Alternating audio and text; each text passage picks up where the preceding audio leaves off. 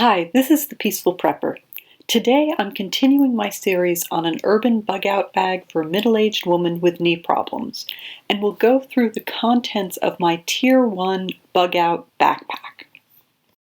In my previous planning video, which is part of the playlist that's linked below, I talked about the multiple components of my bug-out kit. This is a summary to give you a little context if you haven't seen that video. It's also worth mentioning again that in most emergencies, my plan will be to stay home. And even if I need to evacuate, plan A is to drive out of the city with several layers of supplies. It's only in circumstances where that's impossible that I would be heading out into the city on foot. But today I'm focusing on that most mobile part of my kit. My bug-out bag is really two bags that I can take on foot or put in my car. Tier 1, a backpack, and Tier 2, a rolling suitcase.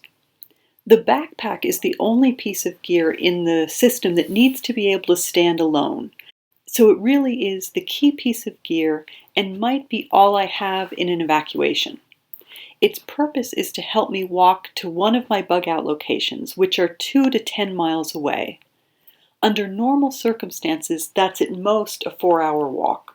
But depending on the nature of the emergency, there could be a lot of unexpected obstacles. If I need to be able to move quickly or the terrain is too rough for the wheeled bag, the backpack needs to be able to help me achieve my basic needs on its own. This is my current bug-out bag configuration.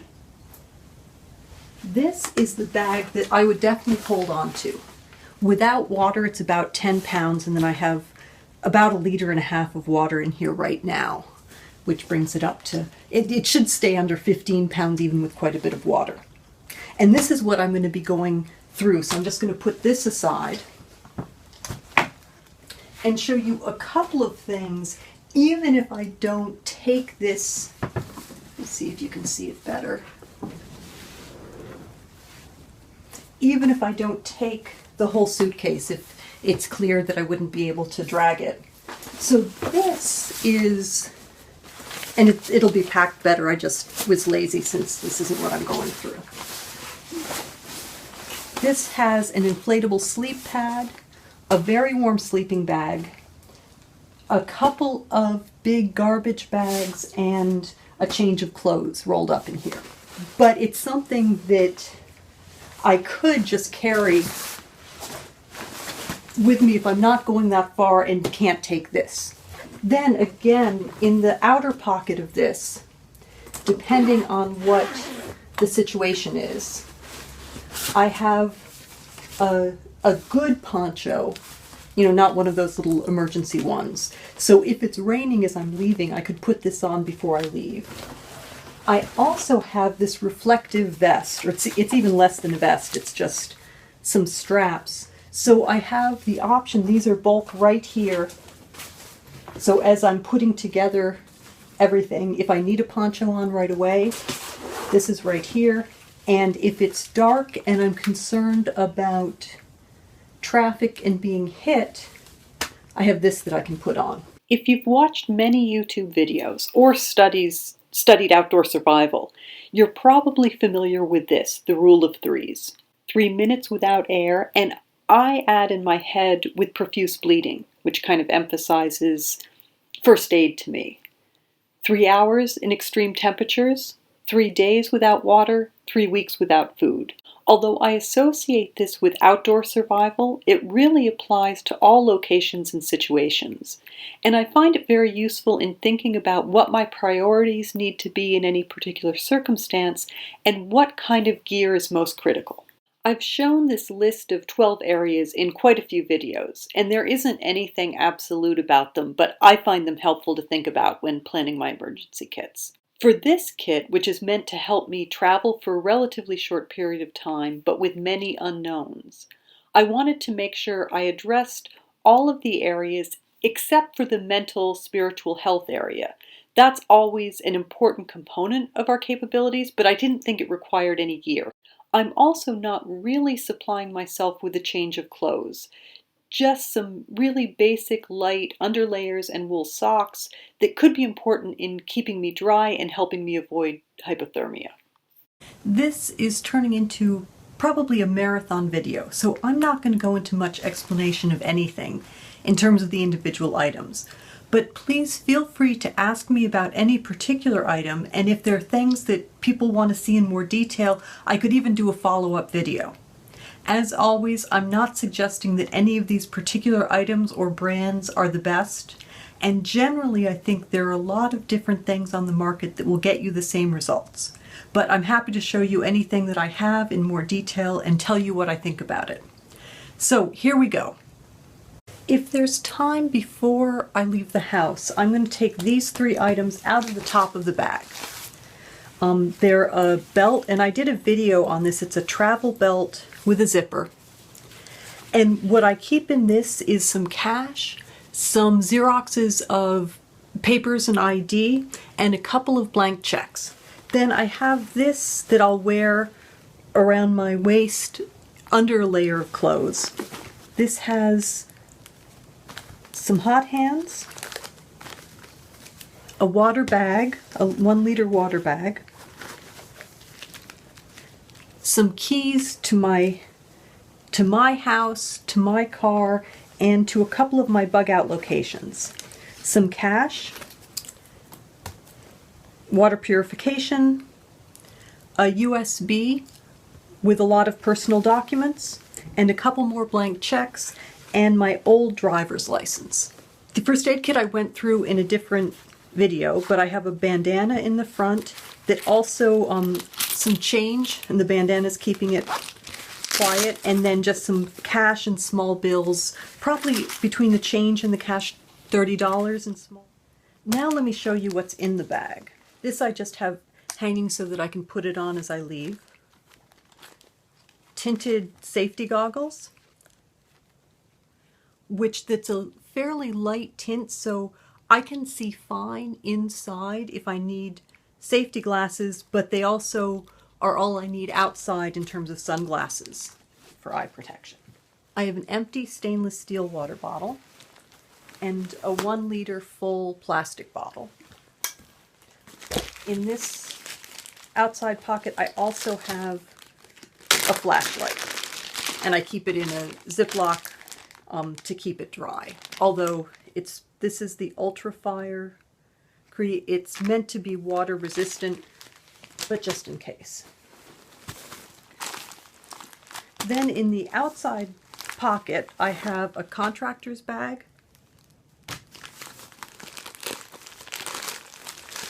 and this is all kinds of personal protective equipment. I have the earplugs that I really like and find very comfortable, as well as a selection of some foam ones that I could offer to others. A pair of work gloves, some N95 masks, some sunblock, and reflective strips that can be worn on the arms and ankles. Hanging from the bag, I have a couple of reflective lights if I want this. This is a red reflective light. I have one of the Survive Outside Longer Survival Ponchos, and it's one of their heat sheets. I'm not going to take it out because I'd never get it back inside. So I have an emergency poncho hanging in this pocket that I can get to quickly. Another light, the Splash Flash, which is completely waterproof and submersible, and is really a pretty bright light, and also has a couple of settings. And a compass and thermometer, as well as a whistle. And in one of the outside pockets, I have a couple of lens wipes for sunglasses, or I have a small radio with headphones and a list of local radio stations that are most likely to have news reports, as well as extra AAA batteries, some Visine, case something gets in my eyes, and a lip balm. In this pocket on the outside, then I have a small Write in the Rain notebook, a pen, pencil, and a Sharpie. Now we get into the main body, which I have a large garbage bag that everything is in, so it's lining that. Took the garbage bag out of the pack. Now, right against the back of the pack, I have this small kneeling, I'm not sure what brand it is, but some padding that I can sit on, kneel on. It also gives some structure to the pack and a little support for my back.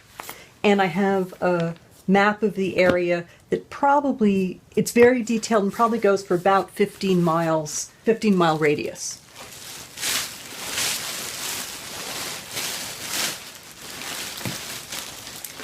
I also have 3 boxes of water, which were things, I bought a carton of them several years ago. I don't recommend it, but since I had them, this lets me keep almost 2 liters of water, not quite, 1.75 liters in the bag all the time. If I have time, I could also fill up the metal bottle, but if I don't, I still have almost 2 liters of water.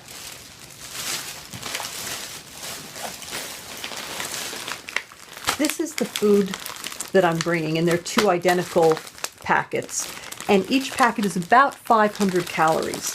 So it's plenty of food for purpose. I have a couple of emergencies, a beef jerky, a fruit strip, and 2 protein bars. I have a chem light and a headlamp, and the batteries are just in the bag with it. It's an Energizer headlamp, and it has different settings. It's actually quite a nice, fairly inexpensive headlamp.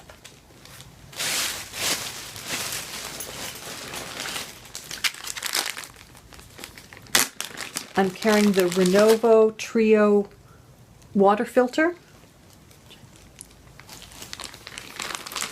And I also have some silicone tubing, food grade, that I can use as a straw and cut into different lengths if I want to. And that idea, I think Sunset Bay Bonnie or Sunset Bonnie, sorry, I've forgotten your YouTube name, suggested this after she saw my very squished straw in my Urban Bug Out bag food, the kind of food that I keep in the larger bag. And I also have a couple of water purification tablets in here as well. I have a bag with some wet wipes, some menstrual products, some little, I have these in several bags all over. These are little compressed towels, and when you get them wet, they're about the size of a washcloth. And then I also have a P-style, and I'll link, I did a review of 3 different female urination devices and talked about why this might be particularly useful on a bug out in an urban environment. Then this is my hand cleaning package. I have some Kleenex, and it's really just general hygiene. I have some wet ones, more of the compressed towels, hand sanitizer, and a little tube of, it's moisturizer, but it's primarily petroleum jelly, so it has multiple uses.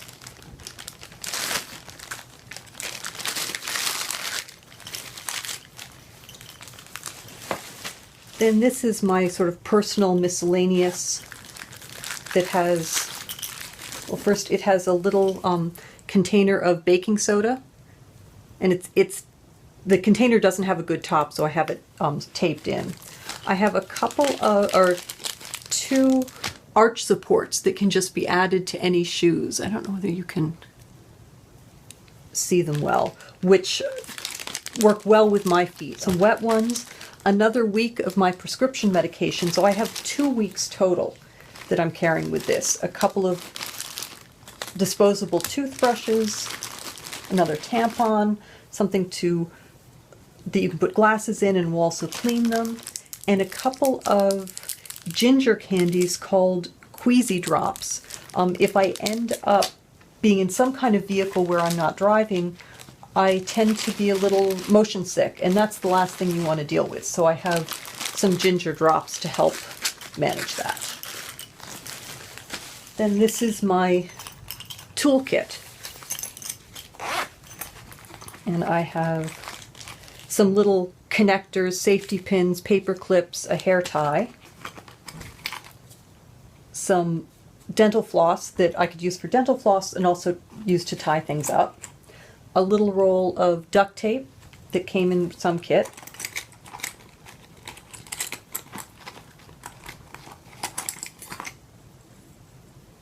a small can opener,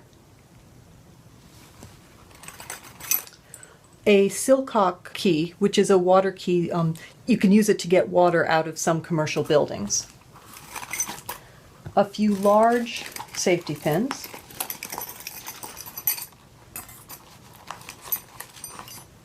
I have the Schrade titanium pry bar and the Gerber Curve, which has a small blade and some screwdriver tips. Then I have the extra filters for my Renewable straw, some tin foil, a Fresnel lens. Particularly if I don't have a chance to bring my glasses, this would help me read something, and a little signal mirror.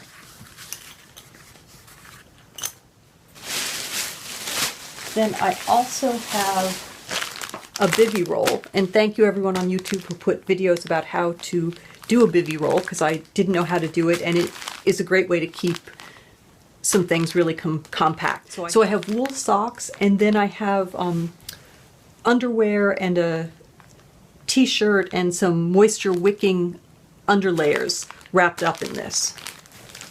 I don't have a full change of clothes, but I do have that. Then the last thing I have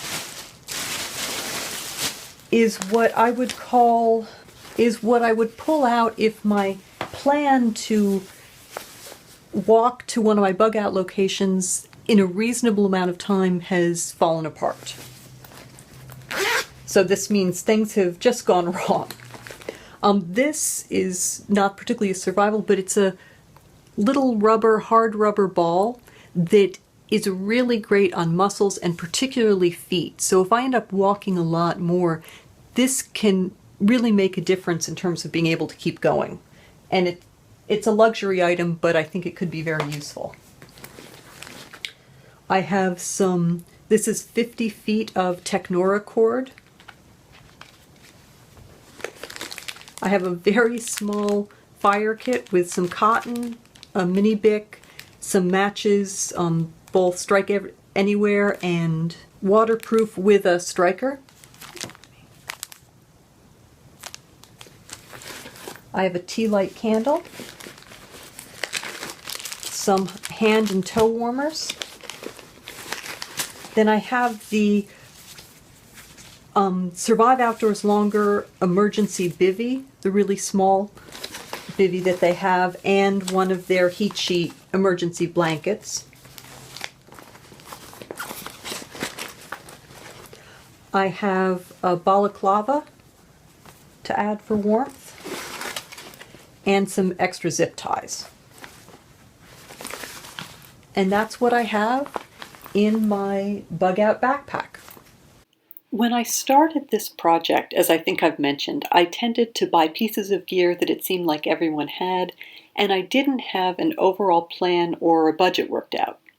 The majority of individual items in this kit I've collected over several years. They're left over from other kits, or they're things that I bought in a larger quantity, so I really have no idea how much everything cost me, or what the cost would be if you were buying things just for this kit. But I did pull out the individual items, the items that individually cost the most. I thought it might be useful to someone. I'm pretty sure that everything else in the bag would cost between a few cents and a few dollars, but it would definitely add up. Just looking at these more expensive items, the total is more than $200. I expected to have invested some money in this, but I was pretty surprised by the total, especially since this is just part of my bob. The suitcase is quite a bit bigger. I'll point out some of the items and whether I think they're worth the money or not. The Survive Outdoor Longer poncho, the emergency bivy, the emergency blanket. I don't think I could get more warmth in a smaller and lighter package, and the smaller and lighter is really key for me. So I think they're worth the money if small and light are your priorities. The Renewable Filter is the single most expensive thing here. It's about twice the cost of a Sawyer Mini, which is a great filter. But the Sawyer Mini only filters biological contaminants, and the Renovo also reduces chemicals and heavy metals, which I think is particularly a concern in the city. So for a better quality of water, the money seems well spent. I don't have anything bad to say about the tools themselves, but I would not have gone out and bought the Gerber Curve and the Schrade Titanium Pry Bar for this kit. Any decent Swiss Army knife, or if you don't mind more weight, a multi-tool, are probably better choices. These were purchases basically because I thought they were cool and I could use them in my EDC, but it turns out that I don't really have a use for them, that there isn't something else that's better suited. Fortunately, I do think they could be useful in this kit, and they're very small and light. And finally, the 50 feet of Technora cord from GearWard, which is 2 or even 4 times more expensive than paracord, and paracord is more expensive than many of the other options. I did buy this specifically for the bob, and I'm on the fence about whether it's worth the money. It's much lighter and more compact than most cordage of its length. It's even stronger than paracord and can be used to tie a hydraulic door opener to prevent the door from being opened, which could offer additional security in a commercial type building. So this is pretty much a toss-up for me. Fortunately, cordage is not something that will expire and need to be replaced, so it was a one-time expense. I'll also say something about batteries, not about the cost. This is a real approximation. I have alkaline, lithium, reusable batteries, and I didn't come up with a good cost per battery. But when you're starting to build your bob, many people offer the very good advice to use electronics that take the same type of battery, so you don't have to carry as many backups and you can even move them between devices in a pinch. I'm glad I took that advice, and I chose AAA batteries since the devices tended to be smaller and lighter. Now that I'm more familiar with recharging things from external batteries and digital devices in general, I didn't even own a smartphone when I started this process, I would choose AA batteries if I had to do it over. The devices are a little larger, but you can use AA batteries with a charger for many USB devices, which gives you another very versatile power option. I really welcome comments, suggestions, questions, pointing out the one life-saving piece of gear that I've completely forgotten, and I'd love to hear what you're doing and your ideas for your bob. Thanks so much for watching. Be safe, be happy.